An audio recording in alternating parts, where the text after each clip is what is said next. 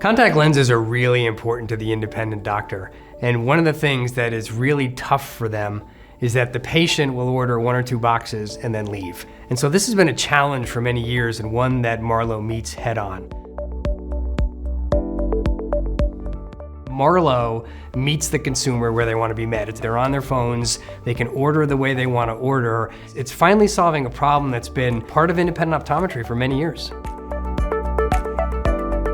That prescription would have left and nothing would have been purchased at the practice, but now through Marlowe, because it's so easy, because the patient is being met where they want to be met, and because they're able to use Marlowe to reorder, they're doing so, and the practices love it. Marlowe is an innovative digital platform, and I think that's what really draws the attention of the doctor. It is a great way for a practice to be able to capture the patient purchasing from them. But Marlowe does it in a way that's very convenient, very simple, and we know everybody wants great digital platforms, and Marlowe brings that to the practice in a great way. Marlowe modernizes independent optometry.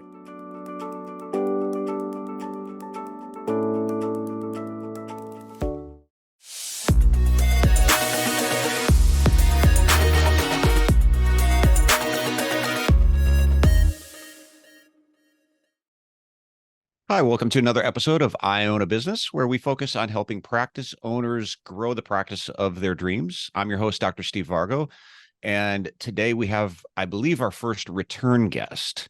So the demand was high, the audience has spoke, and they said, we want more Nathan Hayes. So here he is today. Nathan is, if you're not familiar, IDOC's Director of Financial Services. So hello, sir. It's good to be back. Thank you for the kind introduction.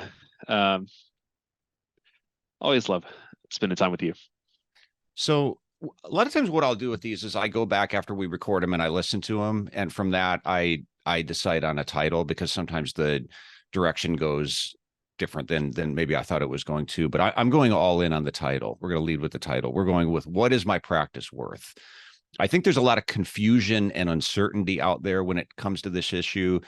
Emotions tend to play a role. I see a lot of people saying things like, I think my practice should be worth this much, or I feel like my practice should be worth this much. So today we're just going to break down the process and try to get to the core of what's my practice worth.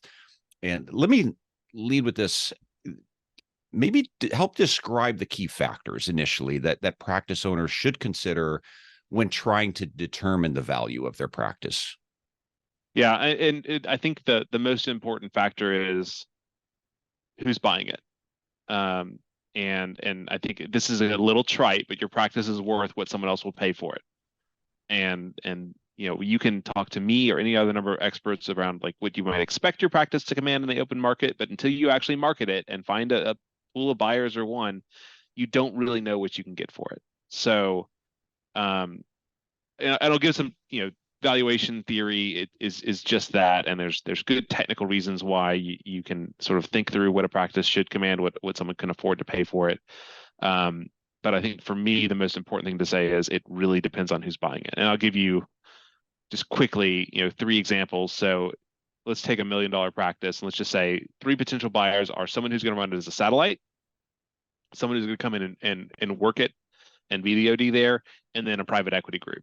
And there's just very different factors that play into what those people will pay. And the bottom line is that the fundamental driver of value is what someone's expected future return. Their expected future return. So the past obviously matters, because past can be prologue, but a buyer is going to look at the practice and ask, like, okay, if I own this, what are my expectations? And again, for different people, it's going to look different. If I'm coming into work there and I can take over the doctor's salary and the profits, that's more income to me. If I'm going to run it as a satellite, though, I've got to pay for the note to buy it and to put an associate there and still have something left over for me. So what I'm either willing to pay or even whether I want the practice matters. And then private equity, which is cooling off at the moment. We can talk about sort of what their valuations are looking like. They have a thesis around, we're going to pay this amount for the practice. And then when we put together 300, 400, 500 locations, that group of practice is going to be worth more than the sum of its parts, because you spread out risks. And some of them, my doctor comes to mind, absolutely got a much bigger return than what they spent to acquire the practices. So that's maybe a first pass, is just, who the buyer is, what's their future. Really, you got two aspects of it. What do I expect to get out of it? And then what multiplier do I put on that? So usually you might think of like, what's the multiple of EBITDA, which is earnings before interest, tax, depreciation, amortization. And that multiplier is the inverse of an expected return. So if you demand a 25% return on a practice, then your multiplier is 4, 1 divided by 25%. And that's kind of the theory there. I'll pause. You want to? Yeah. Do you have a sense? So let's get into the formal valuation, because I've heard you say this many times, is that it's any business is worth what somebody is willing to pay. And there's Yep. a lot of truth to that. But do you have a sense for how many of optometry practices, or maybe within the IDOC community, that have actually sold their practice? How many of them actually seek out a formal appraisal? And then help me answer this question. If I were to come to you and say, I'm selling a practice, do I need a formal appraisal? What would your answer be? Answer to that's no. You just need a price that you can agree to with the buyer. Appraisals, and just understand what they're built for. When you talk about fair market value appraisals, the rules around that, the guidance and how you do it, is really oriented towards situations where you need to set a value for an asset without actually finding a buyer. So think gift tax, estate tax, divorce would be the main situations for that. And the rules are really meant to say, you can't just price this low so no one owes taxes on the transfer. So just understand that you're assuming that, hypothetical buyer and seller, neither under any compulsion to buy or sell, both with reasonable knowledge of the facts. And if you take an actual optometry practice selling, you have a real buyer and a real seller, one of whom or both may be under some compulsion to buy or sell. Like in a partnership, there's some compulsion to buy. If you're sick, you may be compelled to sell. And that, if you're in a hurry, that's going to affect what price you can ask or charge, or it may. And then, is everyone in reasonable knowledge of the facts of the business? I mean, sometimes it's really hard to get the data out of a practice. The financials aren't clean. The record keeping isn't good. So, a lot of the things that go into an appraisal may not actually hold in the actual transaction side. And really with an appraisal, just candidly, most appraisers can tell you about where it's going to land before they do any math. And what you're paying for is a report. And there's some value there. I mean, many people will report like, I got this appraisal, and based on how this professional looked at my business, I understood some things that I could be working on. And fair enough. But just understand that you don't need it, and to sell, you don't need it, because the bank is going to do their own assessment of the value of the business. That's what underwriting is for. And so the bank's not going to ask for an appraisal, because they're going to do their own assessment of, do they think this is a good practice to buy or sell? And so you're really duplicating their work. They're not going to ask for an appraisal, and I've seen them argue with appraisals before based on their own assessments. So short answer is no. It can be helpful. There are cases in partnerships where your agreement may call for it, and fair enough on that, because that's a special circumstance. So everything that you just mentioned points to there being a subjective nature to appraisals, but to what degree? And I think a lot of people feel a sense of confidence in getting that appraisal because they feel like they're getting that they're, let's just say from a buyer standpoint, that they're not overpaying. So I think they like to get that number. But if we take on one hand something that's a perfect science, and at the other end of the spectrum something that's completely arbitrary, where does an actual appraisal comes in? Because it sounds like there is an element of subjectivity to it. There is, because the multiplier is really a subjective assessment of risk. That to have a third party step in and assess what a buyer's risk profile should be doesn't really work. I'll give you a good example. Worked with a practice a year or two ago, or a potential owner. He's looking at buying a practice, and the situation was, it was a partnership where the younger partner was really the managing partner driving the business. And there's an older partner that just was kind of there. Younger partner has a sudden heart attack and dies. And they get an appraisal, but the appraisal was dated for the December 31 before this partner died. And they put something like $1 million value on it. But the issue was that valuation wasn't applicable to the new reality of we're short a provider, and the provider that's there can't really manage the business. So our revenues are down 40-50% over when that appraisal was done. And yet the sellers, the deceased seller's widow and the remaining partner were locked in on that price. That just didn't fit the circumstances. So you have to be aware of that. Like sometimes the circumstances, the assumptions the appraisal is making don't fit. Another example would be like if we're going to put two practices together, to think that you're going to appraise each one independently as if they're in their own space doesn't really fit, because the forward-looking expectations of the revenues may be pretty predictable, but the profits are going to look different because you're shedding one location's cost. And so you just need to think a little more deeply about that in terms of like, yeah, you can get an appraisal to determine equity, but that doesn't really fit the reality of what's going to be the future. So sometimes it's just a matter of, is the appraisal really thinking about what the forward-looking reality is going to be if it's not going to be the past? And then past that, when you look at the multiplier, you have what's called a build-up method where, you know, all these things are investments made against substitute goods. So your fundamental substitute good is, if I put it in cash, I'm going to get, you know, 1 or 2 or 3% interest on it from the Federal Reserve, and that's guaranteed. Like I know I'm going to get that, so that's very low risk. And then you just layer, you know, or I could buy stocks. Those are somewhat higher risk, but certainly not as risky as a small, closely held company. And then you have the competitive situation. And there's, if you actually think about how the sausage gets made, there's a lot of subjective judgments, and you can build scorecards around it, but at the end of the day, you still have a human being assessing what they think the risk of this asset is. So it can be pretty subjective. And even if you go through like what people will say for like, well, hey, what's the return on this? What's the buildup? And you just have to ask, like, how do you know that? You know, how do you know what the return on assets should be? How do you know what goodwill should be worth? I mean, you have these formulas in place, but why is that the case? What's undergirding that? So a longish answer, but yes, there's a lot of subjectivity in how these things are done.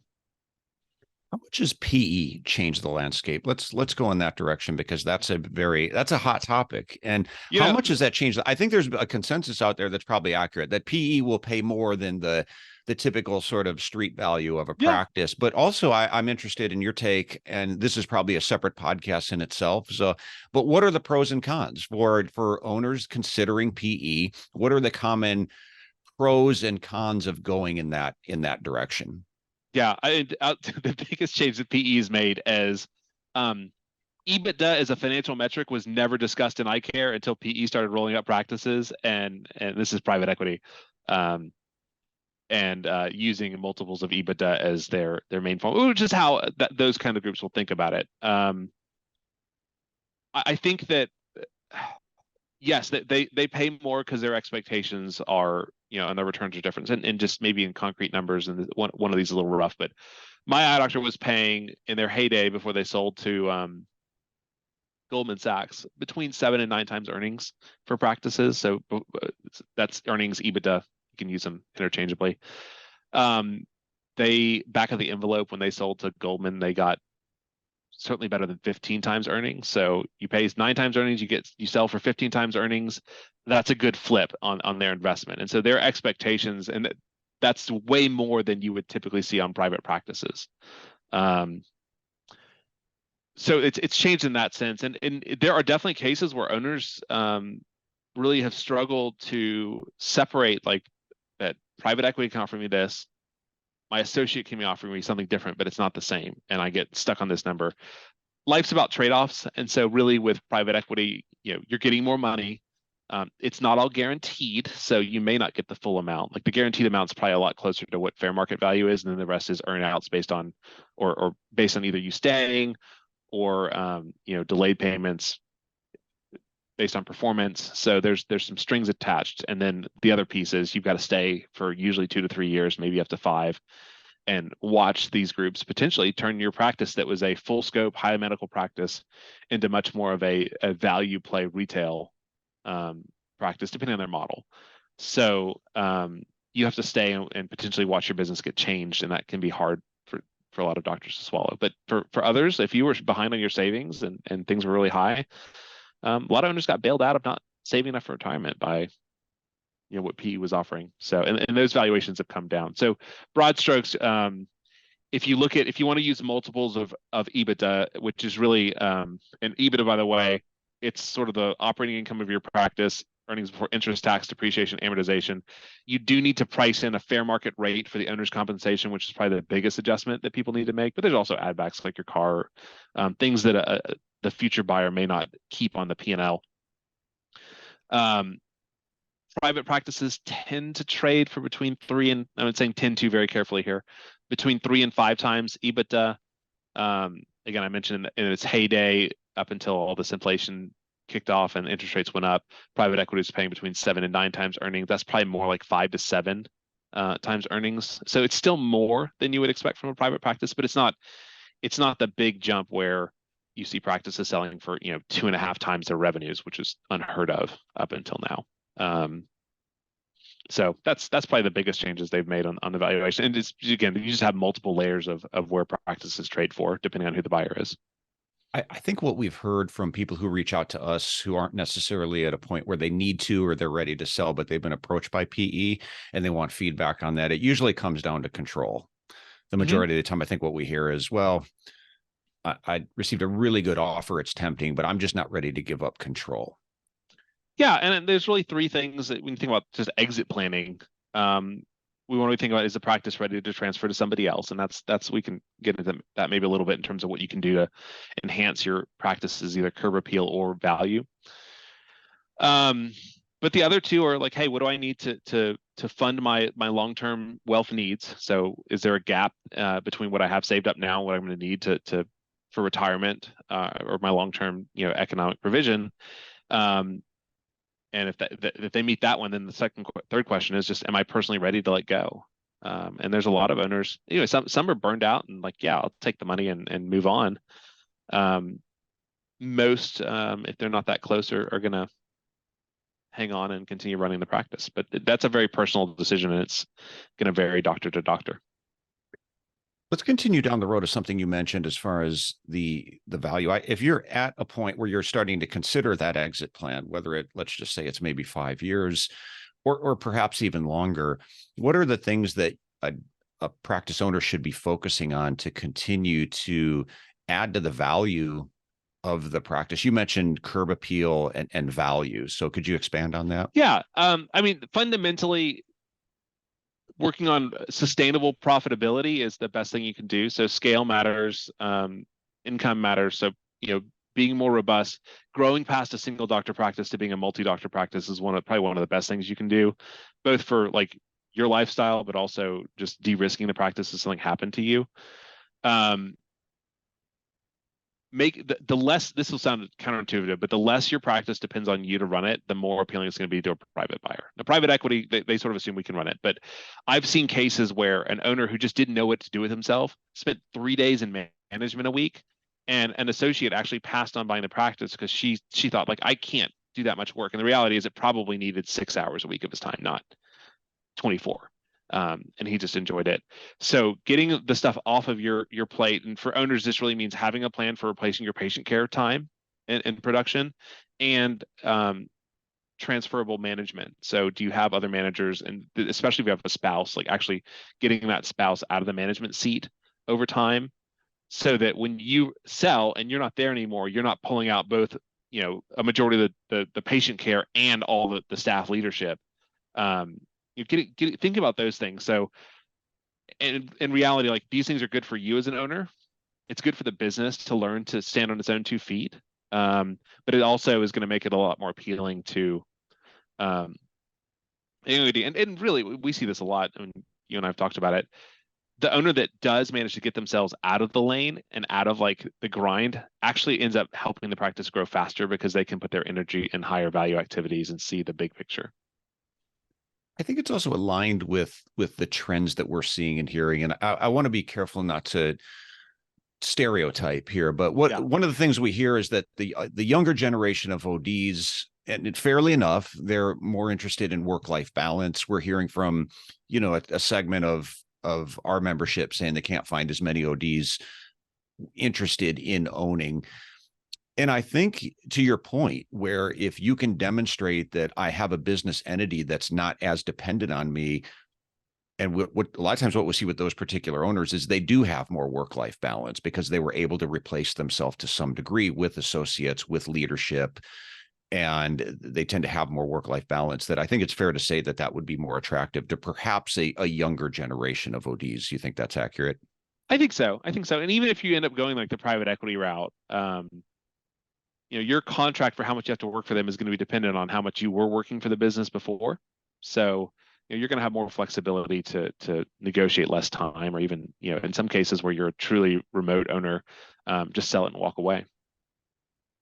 Most owners don't go that far though. In line with what we talked about, in a admittedly grossly oversimplified example would be, a lot of times when you're valuing an asset as an investment, I've used the, again, overly simplified example of which way is the arrow pointing. A lot of times when you look at investing in something, if the arrow's pointing up, then a seller can command more money. And if the arrow's pointing down, then the leverage probably shifts in favor of the buyer. But to get into more concrete aspects of valuing a practice, we're going to go right into your wheelhouse here. And I'll do a quick plug for Books and Benchmarks, one of the services at IDOC that you lead. Can we get into the role of financial statements and historical performance in the valuation process, and what specific metrics should practice owners be paying attention to? Yeah, I think so. A couple things within the financial statements to make them as clear as possible. And this is, a lot of what we do is, Books and Benchmarks has two big ideas for practices. One, it's a really easy to read layout for the financial statements, specifically the profit and loss statement. And the biggest thing that a buyer might struggle with is, and I had this conversation this morning actually, if you don't split out owner salary, associate salaries, and your non-OD staff, it's really hard for a potential buyer to see like what's the picture going to be, because the most expensive employees are the ODs, and so if you're inefficient with the ODs and they're all lumped into payroll, it's just hard to see what's there. Or if you're lean on ODs, also hard to see, because if I'm advising the buyer, at least, we're going to be looking at the P&L and asking, okay, this is what it says today for what it's been in the past. What's it going to look like if we're in charge? Like, I don't need 2 doctors to generate $1.1 million in revenue. I might need a doctor and some help, or I might do it all myself. And I can, plenty of doctors can do that in 4 days of patient care. Great. And so we're shedding all this doctor cost. Staff looks too expensive. The owner's pay is not on the salary. If you own your building, make sure you have a fair market rent number in there. So you want your financial statements to paint as clear a picture of what someone can expect it to be under their leadership as possible. Balance sheet's a little less important on this stuff, but do matter. And it's really as simple as like, if something's off in the numbers, like the question I'm going to ask is, how hard is it going to be to change that? So again, case study from this morning was a practice, about $1 million in revenue. Cost of goods was 37% of revenues, which is high. Staff costs were 29% of revenues, which is also high. And that 29% was like 5.5 people. So they were averaging, like, back of the envelope, $54,000 a person. And you just start seeing these things like, okay, I can't change payroll easily. What's going on with the cost of goods? Is there something wrong with the pricing model? They weren't on electronic records. So it's just like you start layering up these things that a buyer's going to have to fix. And it's either going to mean like, I'm not going to pay as much because my risk is higher that this is going to blow up, or I'm just not going to buy it at all. And really, we were like, either you determine you can fix this and maybe you buy it, or you just pass. Because it's you can't make those changes. So and the other thing I'll note is, if you have a super profitable practice, that's not necessarily a good thing.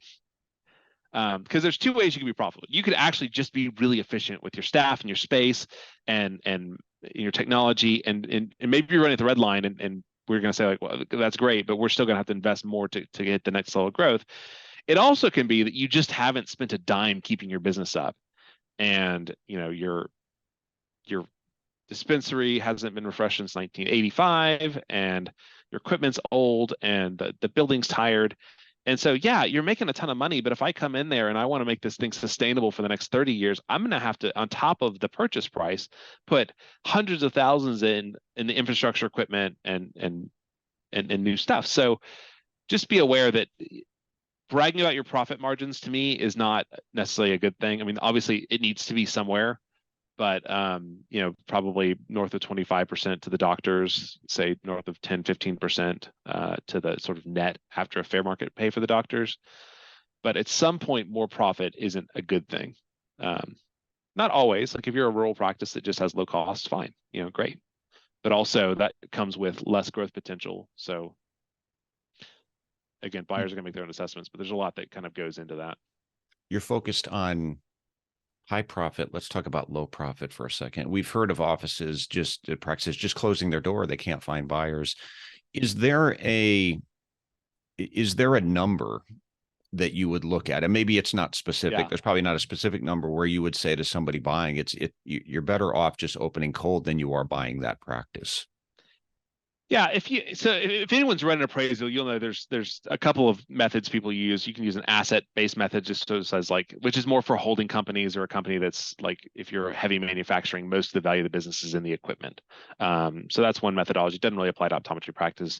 There's a market transaction method that it's like pulling comps on houses that just says, hey, practices tend to sell for this, and based on how your practice looks, we think you slot here. And again, even if you've done that with houses, how subjective it can be. Like, okay, yeah, this house around the corner that has the same square footage sold for X, but my house has all updated kitchens or maybe not updated kitchens. So you're doing your best to make apples to apples judgments and analogies, but it's not a perfect methodology. We tend to say like a price to the gross revenues is kind of that methodology. And then we've been talking a lot about an income-based method where you say like, okay, what's the income stream and what's the multiplier on that? There's a fourth way to do things that's called a debt service model.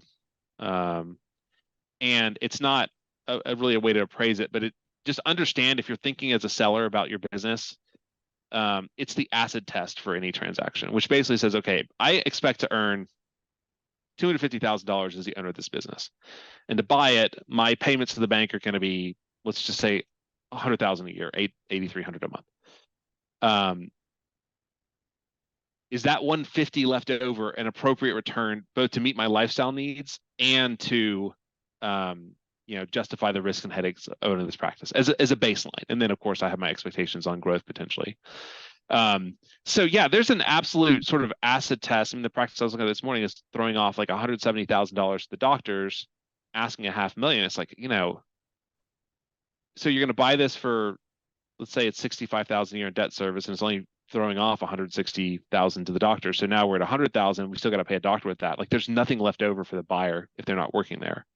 And so yeah, there's some minimums there, but it depends on the circumstance. I mean, one thing I think people forget about when you have that small office is you may not be a very attractive purchase to someone to run it as a standalone location. But if you're, that $400,000, $300,000 office and you have someone nearby that can absorb your patient base, I mean, to me, you're a very attractive purchase to buy the practice out, move the patients in the office, and shutter your location. In the sense that now we're taking away your rent, we're taking away some of your equipment costs, we may not keep all your staff. Like your patients are more profitable in another office than they are in yours.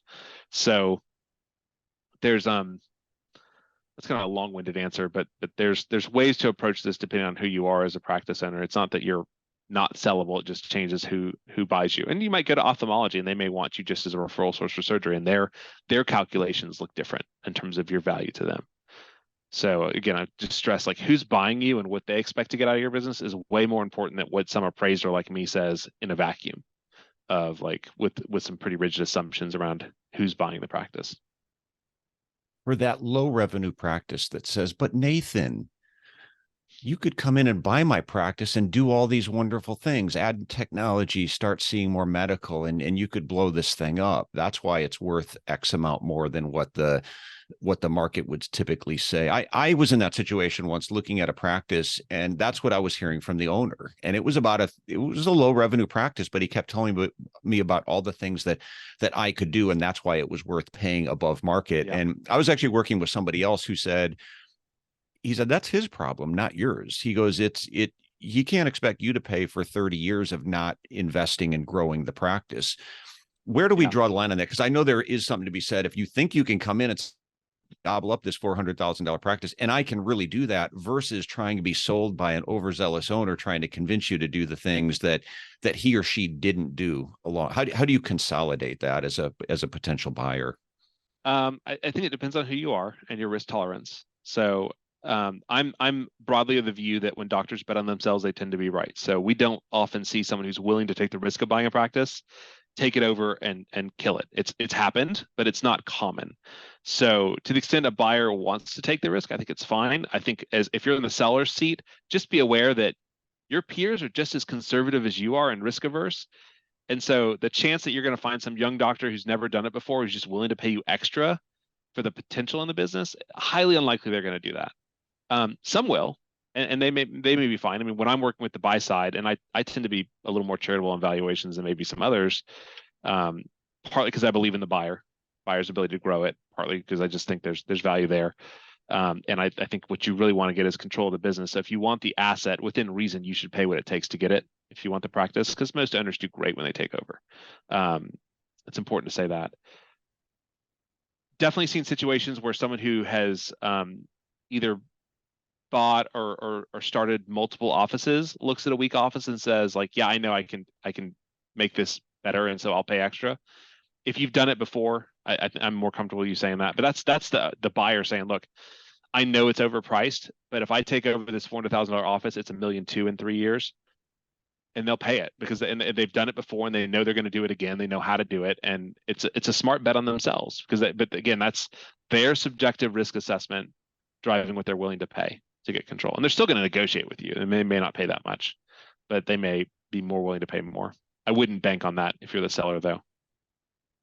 Yeah, and I think it's worth highlighting strategy here, right? It's the difference between a conversation. I had a long, it was a while back with somebody who said, I thought I would be farther along at this point, but it was a very passive approach toward growing the practice. And he was growing very slowly over the years versus somebody who is more intentional with the growth of the practice. So again, looking at the value, I think it bears repeating that if you're considering the value of a practice, is do I have a strategy to grow that practice, and what are my goals around that?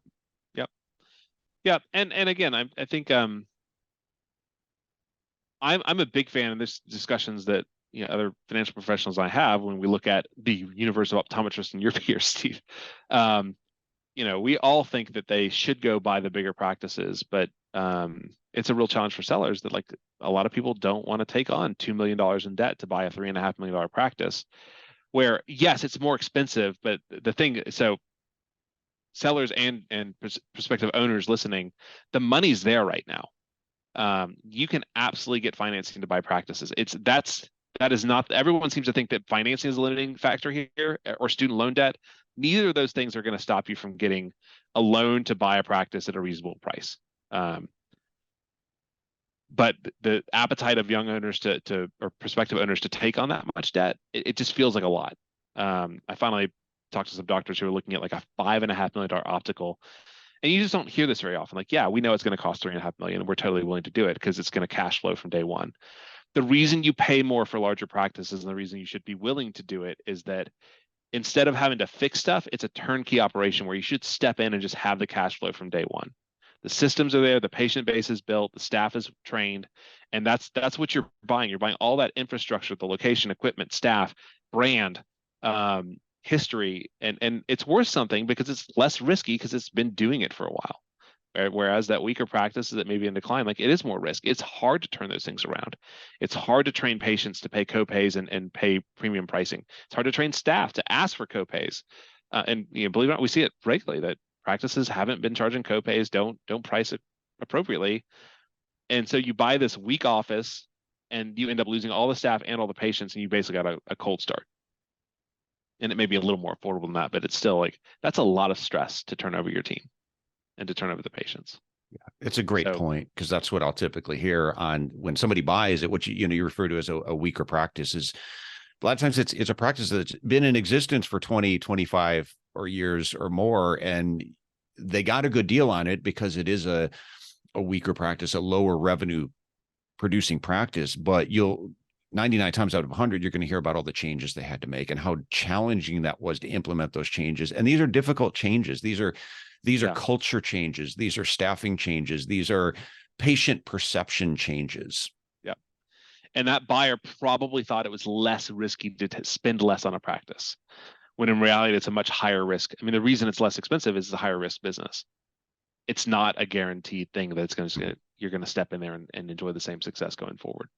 So where does goodwill factor in all this? Because that's a word that tends to come up in valuations, and goodwill being things like reputation and established relationships with patients. And it's, we've talked about some things that are very concrete and tangible. This one is not. This one is very intangible. Yeah, let's define goodwill. And I'll just say as a note, you'll see in some appraisals that they'll quantify what goodwill is. That to me is completely backwards. When you buy an asset, and there's two ways you can buy a practice. You can either buy the stock or you can buy it as an asset. Most pure transactions are going to be asset transactions for a lot of good reasons.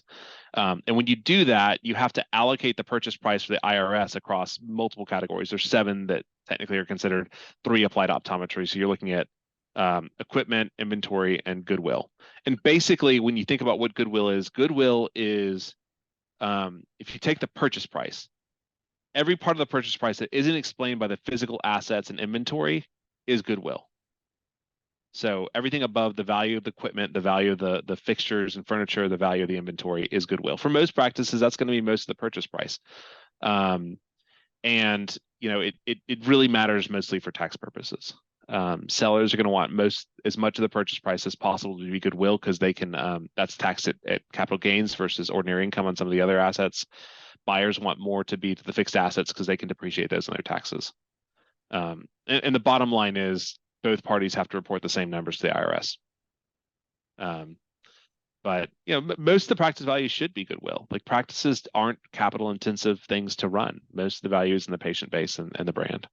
But that's maybe a fuller explanation. So basically, whatever part of the price isn't, we have $100,000 in equipment and 50,000 inventory, for instance, everything above that is going to be goodwill for tax purposes. Well, thanks, Nathan. I think we'll wrap it up there. Thanks for helping us understand what is my practice worth. So there's a lot to consider as we get into valuing a practice. It's not a perfect science. Yeah. I think something, just a good point to leave people with that are, I think at any point of ownership, it's wise to look at the end point. What does my exit plan look like? And working to build the kind of practice that someone wants to buy. Mm-hmm. And I think if you do that over the years, you'll have something at the end that is worth a lot of value to somebody, but being very strategic and intentional with it as you go along. And the other piece I'll stress, it's well said, is the earlier you can get on your long-term financial planning, the better off you're going to be. And most owners rightly sort of think of their practice like, when my planning, I'm going to plan to save enough that it doesn't matter what my practice is worth. I think that's very smart. Your practice does have value at the end of the day, but it's hard to sell, and there are definitely practices that don't find buyers. So planning ahead, making sure the practice is going to be desirable, all these things matter. And even if you do it all right, I mean, we've seen some rural practices that still took 7-8 years to find a buyer just because no one wanted to live in the town. And young doctors listening, you should want those rural practices, less competition, more profitable. Netflix goes everywhere. So, but yeah, just last thoughts from me, maybe. Valuation is not a science. And so, I mean, there's the most important thing I can say is there's some broad strokes. Like, if you're planning for value, I think 3 to 5 times your EBITDA is probably a pretty good planning number. But at the end of the day, that's all academic until you find someone who's willing to buy it. And finding the buyer's the hard part. Within reason, once you have an interested party, my view is you should be able to get to a price that works. Nathan, can we close up with one thing, because this does get into the financial aspect. So that's really not what this was about. But can you just mention books and benchmarks and what you do from that front? Also, you mentioned financial planning. We also work closely with some really good financial planners. So if you want to, so we'll have some put in CFPs a mention for them connection. As well. So books and benchmarks is a new service that is a bookkeeping service for optometry practices. Big impetus for me was wanting to, as a consultant who focuses on benchmarks, actually having real-time data. So wanted a fresher set of financial ratios for practices and operating metrics, and really without controlling the bookkeeping, didn't really trust ODs, no offense guys, to have accurate numbers. And we've really seen that whether it was the practice trying to do the books or even the CPAs, doing books with an eye to the balance sheet and an eye to actually making it make sense for the business, we're meaningfully improving the financial statements, but also giving owners some context for what's happening. So very proud of the service. We've got about 135 practices in right now. This is late September 2023, depending on when you listen to this. Just hired 3 more bookkeepers. So excited about that. And again, we're meaningfully improving people's financial statements and saving their office's time as well. And the CPA's time as well. And on the planning side, like if you are looking for help, we can certainly make some referrals. I don't know that I'll name drop here. We'll have a couple of CFPs at IDOC Connection, which I'll endorse for February next year. And you know, the ones we work with are great. I think that just getting into planning with whomever you see fit is great as well. Can't recommend that as a process is enough. And understand that a good CFP might have more ideas for even lowering your tax bill than your CPA does. So having that full team, bookkeeping, CPA, and a CFP can really help you make great financial decisions that are better than just having one piece of that tripod.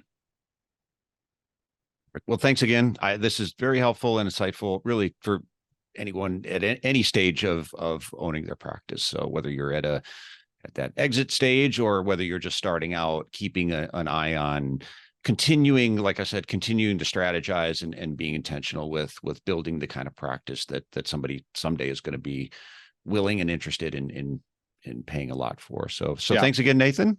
I will close out here. Appreciate your time. Thank you.